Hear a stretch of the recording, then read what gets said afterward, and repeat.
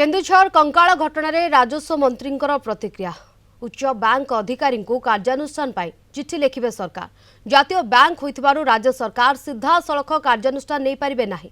RDC मुख्यमंत्री को सीधा रिपोर्ट देबे रिपोर्ट आधार रे कार्यानुष्ठान नियाजिबो बोली कहिसंते सुरेश पुजारी।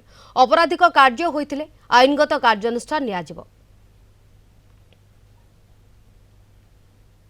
यदि ओडिशा सरकारंकर अधीनर कोनोसी बैंक हेइथांता समवाय बैंक ताले आमे कार्यानुष्ठान ग्रहण करिथांतु किंतु एटा गोटे जातीय करण बैंक जोंटा कि ओडिशा सरकारंकर सेमानक ऊपर कार्यानुष्ठान ग्रहण करिवार कोनोसी कर्तृत्व नाही।